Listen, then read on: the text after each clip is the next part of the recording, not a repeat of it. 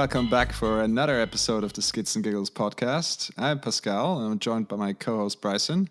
How's it going today, buddy? Hey, Pascal. Hey, Skigglers. It's going good. You know, it must be Thursday because I've got throwback vibes. Ah, come on. What's up with the throwback vibes? We're talking about BMX today, and that has nothing to do with throwbacks because BMX is right on top of the agenda again. You know, it's back in the Olympics with 2 disciplines, no less. So we're actually mega stoked. We just got done recording with Dovat, who is the national coach for the U19s in BMX race. It was a really interesting conversation about a lot of things that we care about, like progression, keeping kids entertained and interested in the sport, bringing kids to the sport, and of course, like all the performance aspects and how the Swiss cycling organization operates in that space. It was really interesting. Bryson, what did you think? I had a lot of fun talking to Joe. He's a really good character and super insightful. Actually, it's just fun talking about BMX. Maybe I should go ride it a little bit. All right. Well, but before we jump into our conversation with Joe, let's just say a few words about the social and where you guys can find more information about the Skits and Giggles podcast. We're currently most active on our Instagram, where you can skid right into our DMs and follow along at Skits and Giggles. And you can find our website with all the relevant links and info under the URL skitsandgiggles.com. Also, if you guys like what we're doing and want to know what's up, just give us a follow on Spotify. Hit subscribe on Apple Podcasts or wherever else you listen to great podcasts. Well, with that, it's Riders Ready, Watch the Gate. Catch you after the show. Well, today we sit down with Joe Dovat. Joe Dovat, how's it going tonight? I'm good. How are you? Yeah, not bad. Bryson, how are you? How is the recovery going from the dead? It's a battle, but hey, we're going to fight, right? All right. Well, today we have a lot on the docket. We have BMX, we have racing, we have progression, we have mountain biking, we have all kinds of things.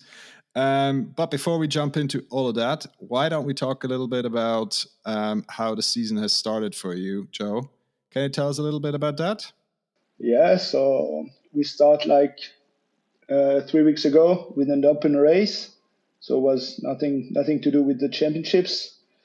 Then we get the first 2 rounds of the European Cup. It was really good. We had a selection from athlete that we took good care of, and yeah, we get some decent results. So if I remember correctly, we had 2 final in the junior man category, 1 in the elite, and 4 riders into the final for the elite women. So it's okay.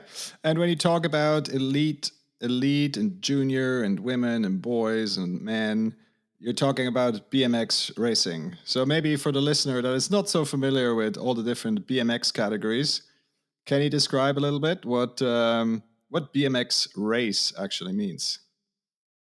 So BMX race is 8 riders going down a BMX track, and the first at the finish line win. And it's from the UCI from 1992, if I remember correctly, and it's Olympic since 2008.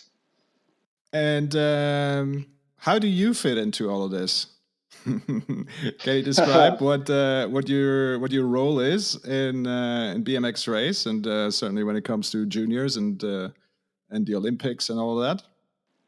From the end of last year, I'm a national coach for the Swiss Cycling Federation, and I'm taking care of the whole talented program from 10 until junior. So junior is the same as from in downhill, is 17 and 18 years old. How many boys, girls, and juniors on your roster at the moment? A lot of. I mean, if we take the whole talent team, as we call, so it's like um, we take them from the age to from 10 to 18, and we have like 3 training center, one in each speaking region. Like there is one for the Roman, there is one for the Swiss German, and there is one in the center, and all together it make about like 40 riders. That's the whole talent pool in BMX race. Okay. And that goes from age of 10 all the way up to 18. You have 40 guys on the national team. Yeah. Oh, wow. How do you find yourself at 3 centers? I'm taking care of the 3 center, like all the administrative way, like respond to email, but I only coach at 2 of them. For the Swiss French part, I have another trainer who's taking care of the coaching time there. Okay. And that is just for one discipline, yeah? So that is just for race. And then I assume there's the same for freestyle. It's not, we are not that far in freestyle. So in freestyle, we only have like a national team with only 2 riders now. So we are not that far. There is no talent program now for freestyle. So it's for the federation side, freestyle is only like 2 riders in the national team. How would you describe is like what is your day-to-day work with the athletes? You know, how does your normal week look like as a national coach? How do you coach, 40 guys at the same time, or more or less 40 guys at the same time? How does that work? I mean, like there is some group training, like when, for example, every Wednesday on the Swiss German side, there is a group training when we split in 2. So we have like first the 10 younger guys, then the 10 older guys, and that's there is the same in the Swiss French part. So there is almost like the half is covered, and then for the central part we do the same training on Thursday. So that's one. So there is one group training a week for each part, and it's a group training. So there is usually like 10 rider. So it's already a lot, but at least they can ride together. They can like battle each other. They can race in a group, and that's what we done at the races. So it's good for the fighting and the race system, but then yeah, it's really hard to do like really individual feedback and stuff like that because it's 10 is already a lot. And there is also some like morning training for the people. So for the rider who are at the sports school, they usually have the Tuesday or the Thursday morning off, and we have one training, and there it's really small group, so it's like usually 3 or 5. So during this training we can work way more in detail. And for the last part, with technology, it's really easy to send me a video. Like they go to the track, they film a gate, so a start or a jump or something, and they send it to me and they say, Joe, what do you think of that? And I can do an analyze with an app, or I can send a voice message, and there you go.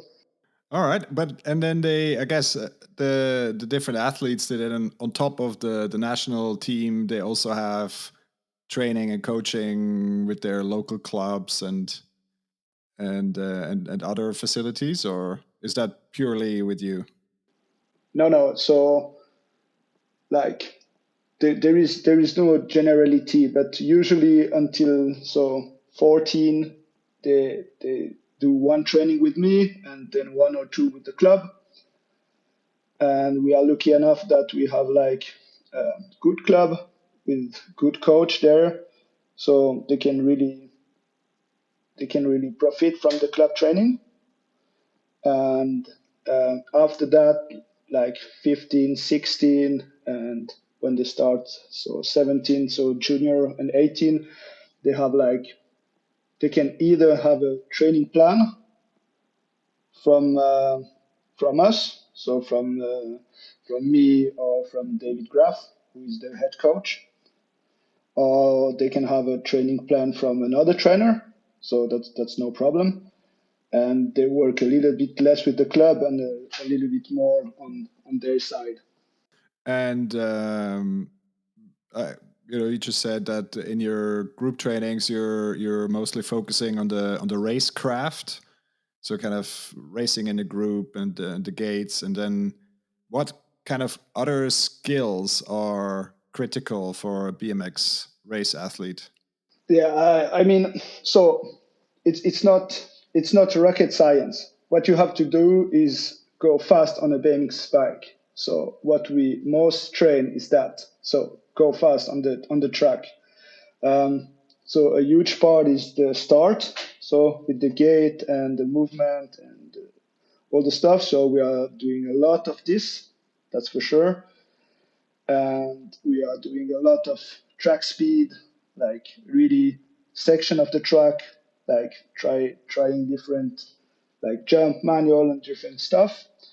But for my group, we are doing most of it on the BMX track. And on the side, they can have some gym training, so or strength and condition, or and a bit of sprinting as well. I mean, like basic sprinting on the BMX bike, like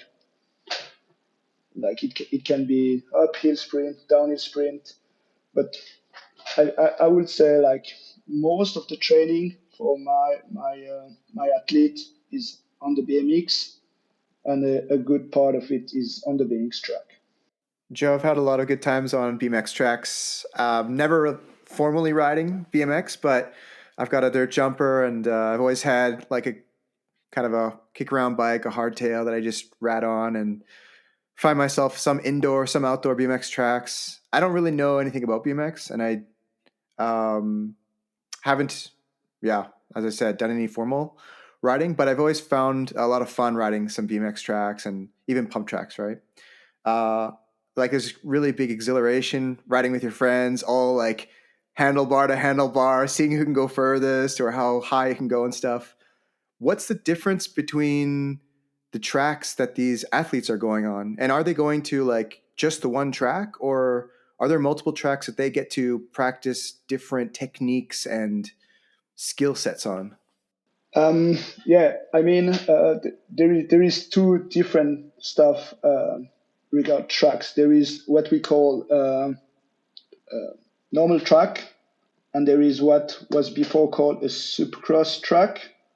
Now it's not UCI don't call it supercross anymore, but the huge difference is the normal track have a start meter who is usually 4 meter, the start hill, and the supercross track have a 8 meter hill. And that's the, I don't know if you've already been to the pump track in Kranche. There is one 8 meter hill there. So that's the two format. And like when you are a kid, you are racing on the small hill, and when you get junior, you're starting on the 8 meter hill. So it's not a new sport, but it's something else. Yeah, it's much faster, and I assume the jumps are much bigger, and so it's like Yeah, the like difference between motocross and supercross. yeah, it kind of like that. But yeah, and for in Switzerland we don't have a lot of supercross track, so we have like one in Grenchen, one in Aigle. So we try to train as much as we can there, but it's not always easy. So we do a lot of training on the normal track, who is what you probably rode, so the club track. And for my team, so my athlete, we try to ride as much different track as possible. So to do the variety of jump and and stuff that we can do as much as we can. So we go to the track in Winterthur, we go to the track in Weinfelden, and we're trying really to ride as much different stuff as possible. So to have like as much technique as possible. One interesting element, and because seeing that you're the junior national coach, is this all sounds like very serious and sprinting and weight training and technique and all of that, but how do you keep that fun for kids that they're 10, 11, 12 years old all the way until they're an elite at some stage? Because it's kind of a similar analogy to, let's say, ice skating, like speed skating. So the tracks are slightly different every single time, but they're pretty similar. How do you keep that fun? Like doing fun stuff with your bike. I mean, for example, when you have to do like an endurance session, so you will have to do like 5 or 6 full laps, like not in a row, like five full laps. And if you ride a BMX track, how exhausting it is to do one lap. So if you have to do that, that is on your schedule, then just make a fun warm up, like trying to row the whole straight, to manual a whole straight and stuff like that. So have fun on your bike, like maybe do a new transfer or jump double backward, whatever. And then you go to business. And that's how you keep it fun. And I mean, there is going to be a way sometime where if you want to perform, that you have to be serious. But on the side, your warm up, you can do whatever you want. You can just play with your bike.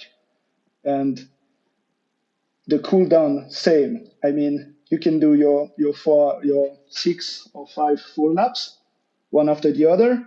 And then you say, all right, to go down, before I go home, I'm going to do this challenge or this challenge. And then you try to keep it fun. And at the end, I mean, it's still riding BMX. It's still go fast, jump, manual, do some stuff. Even if it's on the training plan, it's still fun. It's not like, oh, you're going to run 40 kilometers today. True. It's still riding bikes, still having fun, still having a good time. The other thing, of course, more recently now with the Olympics is you said that the tracks are changing and they're not every single track is the same. But I've read and heard some coverage about let's say some athletes that have a lot of funding, that they basically build their Olympic tracks that they know the layout of. They built that in their backyard and are training precisely on that. So how important is that to have all that infrastructure available? It's a part. So every federation know how important is it to have like something similar. But at the end, for example, for Tokyo, the guy who built the replica and had the exact first straight, I mean, it should have been the exact first straight, doesn't perform that good. So at the end, it's no secret.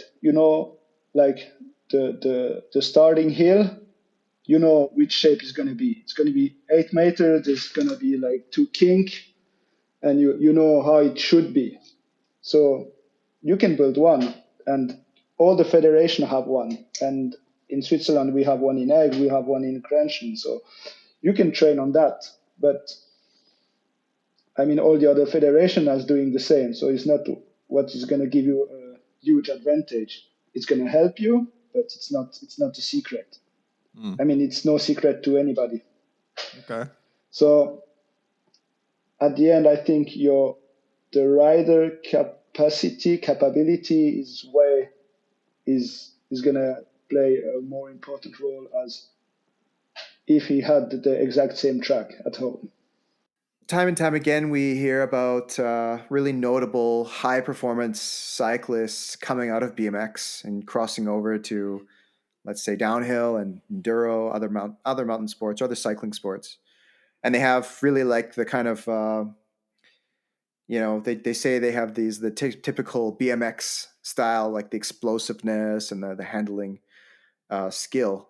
Have you seen any athletes recently made a crossover from BMX to mountain bike? And if not, what would you do to prevent them? I'm not going to prevent them. I mean, if they want to ride mountain bike, they can ride mountain bike. I have no worry with that. And if they what they like, I will be an idiot if I say no. You have to stick to BMX, because if you're not riding what you want, then you're not gonna have fun, and you are not gonna perform.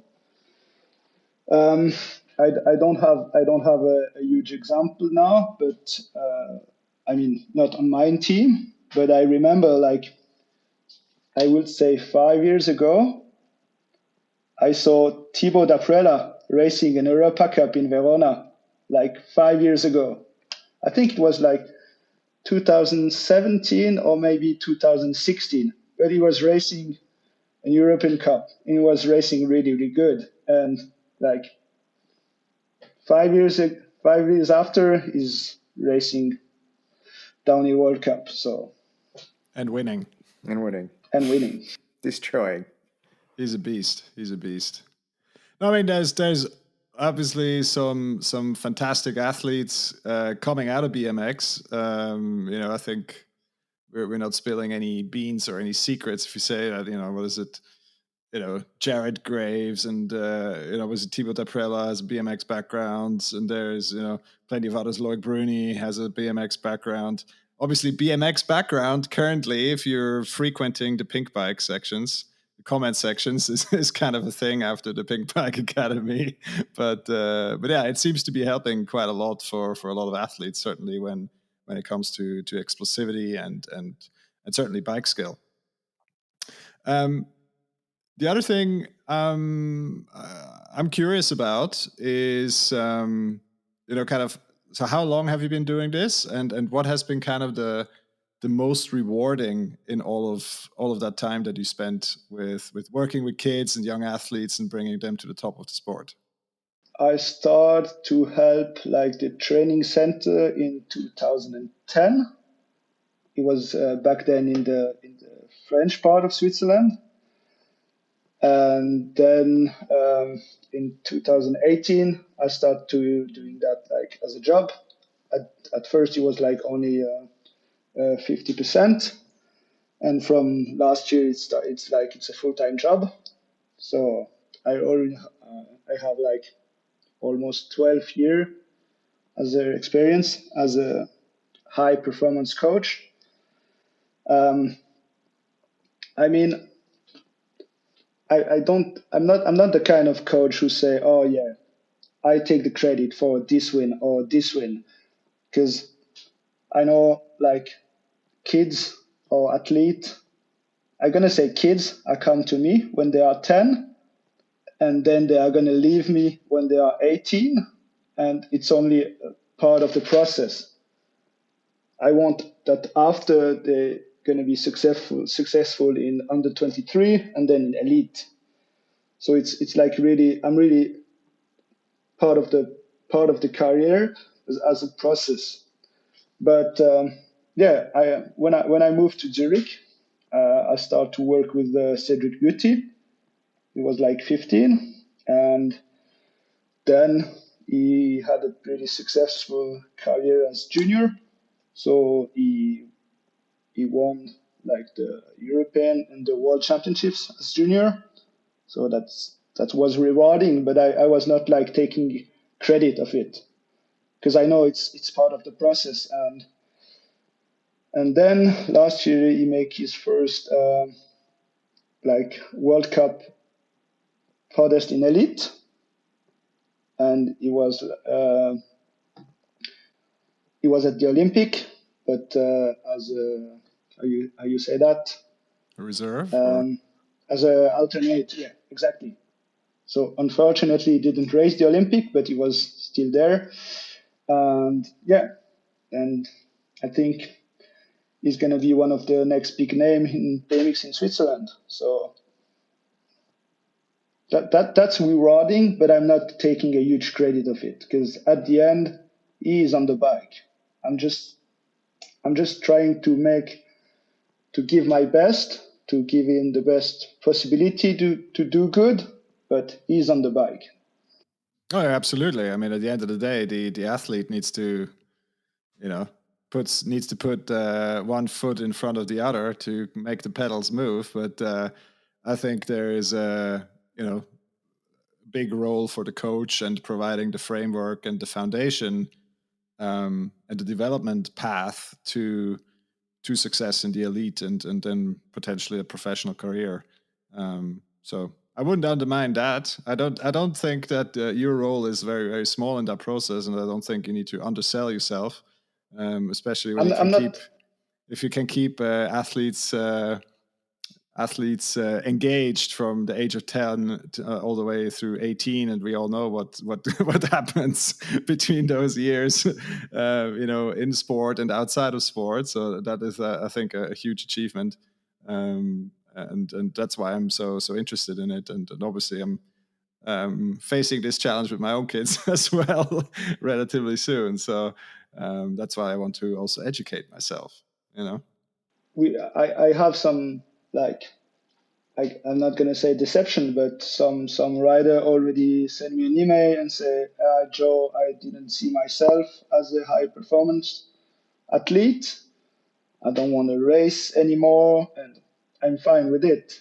I mean, I try to do my best. I try to take as many athletes as possible to the top, but I know I'm gonna lose some on the way. And yeah, it is what it is. And as I said before, I'm not trying to get any credit, and it's rewarding when one of your athletes do good at the race. But I will say is as rewarding as when you go to a prom track and you just give a small tips to a kids and you manage to get the whole pump track without pedaling. And it's like it's helping the other as good as you can. And of course, medal and stuff like that is good, but at the end, I just want to sh- to bring my love to riding BMX or bike to the other. I mean, to give back. That's the word. It's really obvious you have a large passion and you're giving a lot of dedicated focus, and along with all this effort comes sometimes with some hard lessons. So maybe you can let us know what is one of the hardest lessons you've learned so far as a coach in general, or maybe even as a high performance coach in this role. BMX racing can be really tough sometimes because you can be the best prepared, you can be like mentally, physically ready, and somebody can crash in front of you, and then that's it.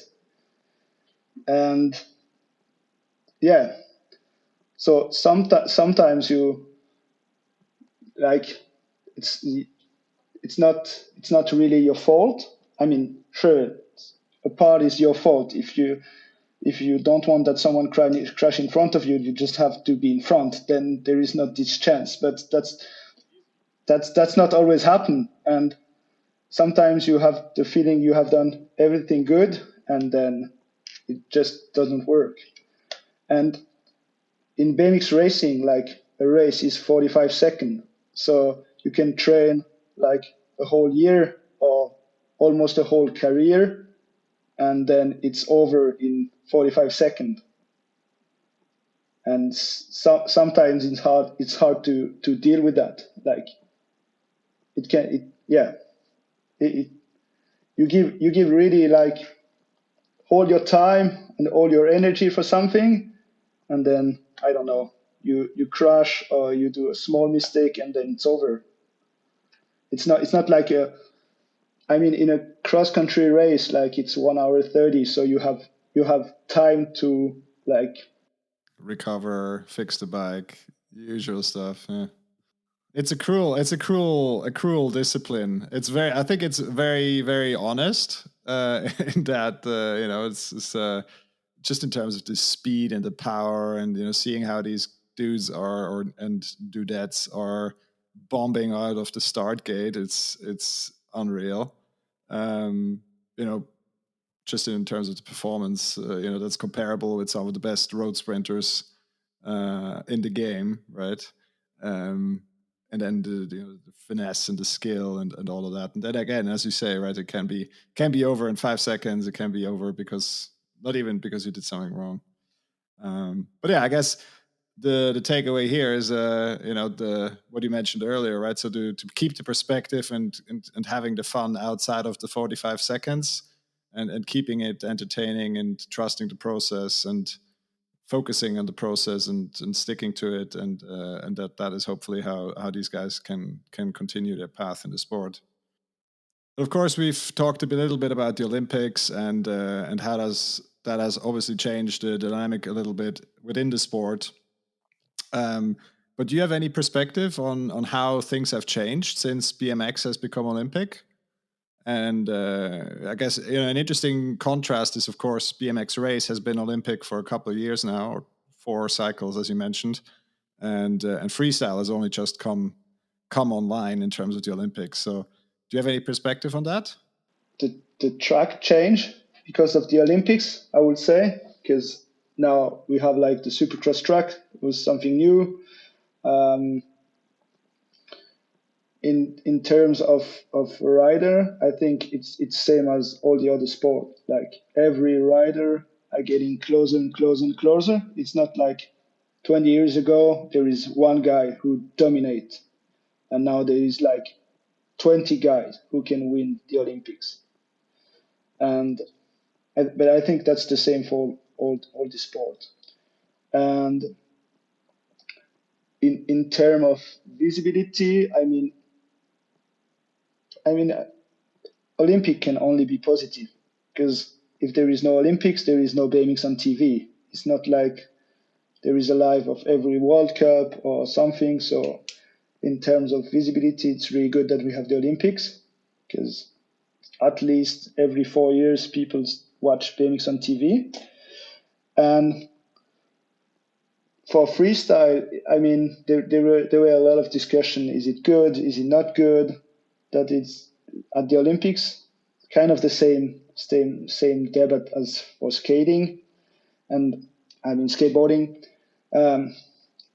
As I say, I see it as a opportunity to see BMX on TV, and if you watch the Olympics BMX freestyle, then you see, oh, this guy are doing crazy stunt, and then you can Google it, and then you can find the rest of the BMX freestyle who is not Olympic, like I don't know, street, bigger, vertical ramp, and stuff like that. And then at least you found BMX, and that's the positive way. And for the athlete, I think there is a huge change, because now with the Olympics, they can be funded. They don't have to deal with sponsorship and stuff like that. I mean, they still have, but if for a reason or another they have no frame sponsor 1 year, they can still do the sport because they are funded by the country. And I think that's some relief. So if you know, hey, I'm on the national team, I'm gonna be funded. I don't have to. It's okay if I lose my shoe sponsor, for example. Then you don't have to like focus on this, and you can really focus on training. And that's the same for freestyle.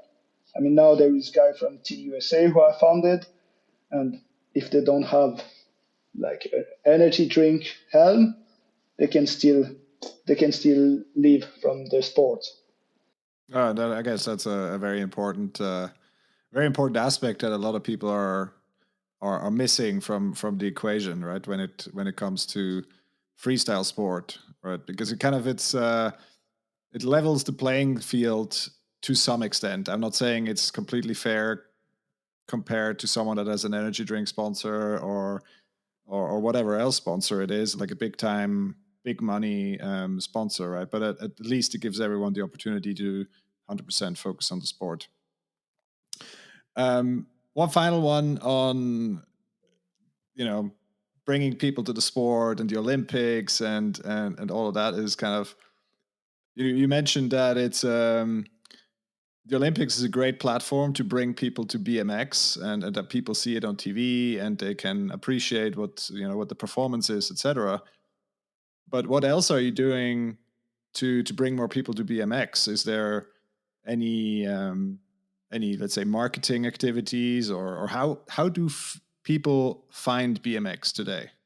I mean, nowadays you can find everything online. It was not like when I start BMX, I was waiting that it's the end of the month so I can go to the shop, to the library, and buy the last Ride BMX magazine. Now you can if you have Instagram, you will find sometimes BMX, because you will see something they are using in advertising, in a lot of stuff.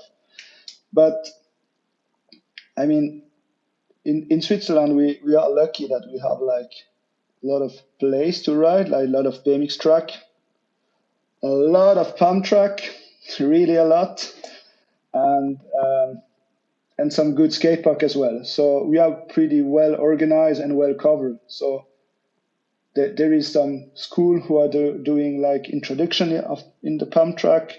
There is some like you can do on the holiday. The holiday program is gonna bring some kids on the pump track or on the BMX track, and that's how you bring kids to try.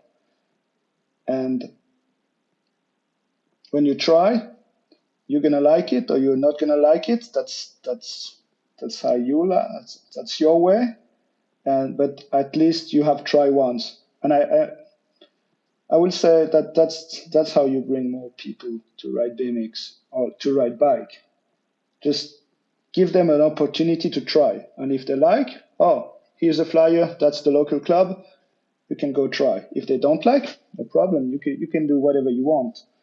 But I think in Switzerland, like with the work with the school and the holiday program and the stuff like that, I would say that kids are pretty lucky and they can try a lot of stuff, and then they can find what they like.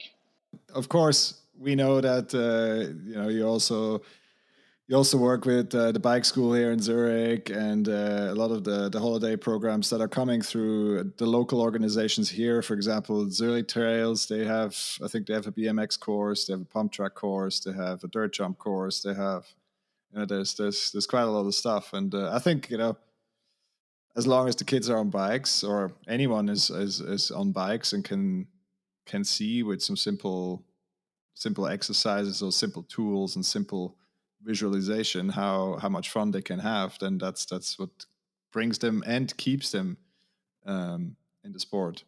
One of the things is just as I said to like every rider that I met, I said like just be kind with people. Like you go to the park, you see someone do a tricks, and then he come to you, say, "Oh, can you do a backflip or whatever?" And then just be nice and say, "Oh yeah, I can do that tricks. Oh, you wanna ride? You wanna try the bike?" Oh, just be nice, and then there is gonna be more and more people on bike. All right. Well, let's circle back a little bit to the beginning. I mean, I've run into you in a number of capacities. Some random photo shoot for the bike school. I run into you the skills park, teaching some kids to jump their BMXs. Seen you around at the pump track. So I guess the big question is, how did you get into riding yourself? As far as I can remember, I always loved to ride bikes. And then when I was 6, I moved. I moved to a place, and my house was like 300 meters away from the BMX track. And it was not enough. The guy in my class was riding like for 5 years and was really, really good. So he just say, "Hey, Joe, let's go to the track." Then I went once, and then I convinced my parents to join the BMX club, and then that's it. But I don't know. At the beginning, it was like same as I was. It was like my regular sport. It was not like, oh, I want to do that a lot. It was only, oh yeah, I have to do sport once a week. I go to the BMX track. But as soon as I would say I become a bit better and start to jump manual and have some skills, I was like going every day 5 hours to the track. I was really like waking up on the weekend, go to the BMX track at 10 and come back at 7 and ride the whole day. Okay.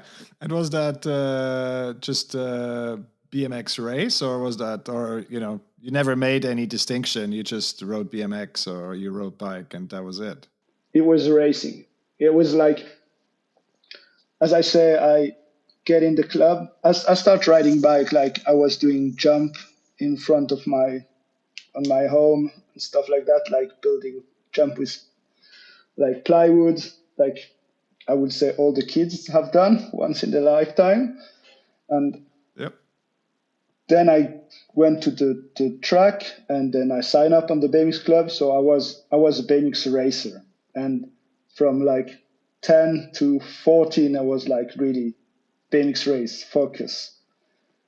And it's after when I was like 15, I met some guys one day when I was crossing the skate park. He was riding BMX, and he said, "Oh yeah, you want to try?" And then I went with my racer bike at the skate park, and it was fun. So that's how I get into freestyle.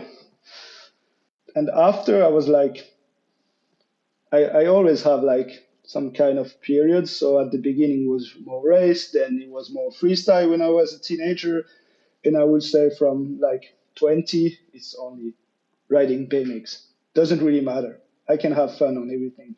Do you currently own an alternate bike, road bike, mountain bike, city bike? I have a lot of bike. Right on. I would say I have a race BMX. I have a freestyle BMX. I have an enduro. I have a downhill bike, and I have a city bike, and an e-bike as well. Sorry. So all bases covered. Nice. Exactly. I'm down with that. It's all bikes. You still have to pedal. Are you still living close to a track? Not anymore. I'm living in Biel, so I'm close to some pretty good enduro trail, but not that close to a BMX track. But I have like around me with 20-minute car, I have like 3 pump track. So it's a good mix. I like pump track. It's a really a good mix from racing, freestyle, and like really BMX. If you want to race on the pump track, you can race on the pump track. If you want to just have some air time and jump and do transfer, you can do that on the pump track as well. So I really like it. I think it's a really good mix. Speaking of pump track, Switzerland's starting to become known as pump track capital of the world. Have you seen a lot of influx of riders coming, like starting just as pump track people who go there, and then all of a sudden are like, whoa, there's another genre of pump track called BMX race. Like, are there people coming in through pump track into BMX, or where are the people coming from BMX when they're coming through? That's a really good question, because that's one of the goals that we will have with the federation is like bring all the family and all the people who goes on Sunday to the pump track, that they can find that there is a club, because usually pump track they are just build and live there, and there is no really like life around the pump track. There is some who have classes and activity, but most of them it's like build and then there you go, use it. And there is some, but it's not a huge part. Like as I say before, like most of the people who join the BMX club, like either bike and then find that there is a club, or like discover with the school or discover during the holiday, or just like do a mountain bike tour around and see there is a track, like do 1 or 2 rounds with the mountain bike and say, yeah, we can try with a BMX bike. But there is not a lot of like transfer from people who ride pump track to people actually who sign in a BMX club. But I think there is a way. It's just that BMX race, even in a club, it's kind of competitive, and pump track is more relaxed. And when you sign up in a BMX club, then the trainer is gonna tell, yeah, you will have to do some race and stuff, and like the fun aspect in the racing club are not that important. It's starting to change now. The big club, they have a fun group who kid can just go and have fun on their bike, but the more part of it is like it's racing, and that can scare people. I can really see that. So if you want to join the club and then you see and you watch like kids like doing race as a training race and pushing the other in the corner, you can be afraid and say, maybe I'd rather go on Sunday on the pump track and just have fun that way. Yeah, I think there is a way that we can find a good balance that people who enjoy riding pump track can enjoy be on a BMX club. Right. There's a UCI sanctioned pump track series now, right? Yeah, like from 2000, there is a world championship. Yeah, there is a rainbow jersey for pump track. A pump track world championship. Yeah, the first time it was 2019, I would say. It was in Bern. Yeah, 2019. Then 2020 there is no, and there is one last year. But the pump track world championship as a part of the UCI, I see it as an opportunity for the racer to win something else. Because until now, like last year, the two guys who win, I mean the girl and the girls and the guy who win was BMX racer, and in 2019, the girls who win in Bern was a racer, and the guy who win is an ex-racer. He was riding a dirt bike, but he raced a long time on the BMX. So I see it as an opportunity, because same as when when you race mountain bike, you can win the world in Olympic cross country, you can win the world in short track, you can win the world in marathon. So there is pump track. I see it as a complement as BMX racing. You can be the world champion in BMX racing, you can be the world champion in pump track. So if I had a friend coming in from Canada and he's like, "Hey, let's ride some pump track, BMX tracks. Let's do some general, let's get out there on our bikes, and I don't care what." What would your advice be? Go on pumptrack.com and make a road trip, because there is plenty of. There is really plenty of. But I don't have really a favorite one, but you can go to, I would say, go to Aigle, because Aigle is a good one. And if you are lucky enough, you will watch some pro racer riding the big hill, and maybe they will let you do a round. I mean, there is so much pump track, and there is so much that are pretty good. So just like, yeah, open the map and then point one and say, all right, let's go to this one. And if you want to do like, if it's from Canada and you want to ride a lot of different bike, I will recommend to go to Graubünden, and just there is like 100 of pump track and probably 100 of trails. So you will find something. All right. Well, before we start wrapping up, I have one final question I wanted to ask, and With so many bikes and so much riding in your professional life, how do you make sure that you still have a ton of fun on your bike? That's a deal that I do with myself. I always told me if I don't like to ride bikes anymore, I will find another job. And I can live with the fact that I work 8 hours in something else. I study engineering, so I study something really different as biking, and it was okay. Like study and then it goes for a ride. So I always told myself, if you don't like to ride your bike because you are doing it too much for your work, then find a new job. So that's and until now it's working pretty good. So I always try to find a time where I can have a session for myself.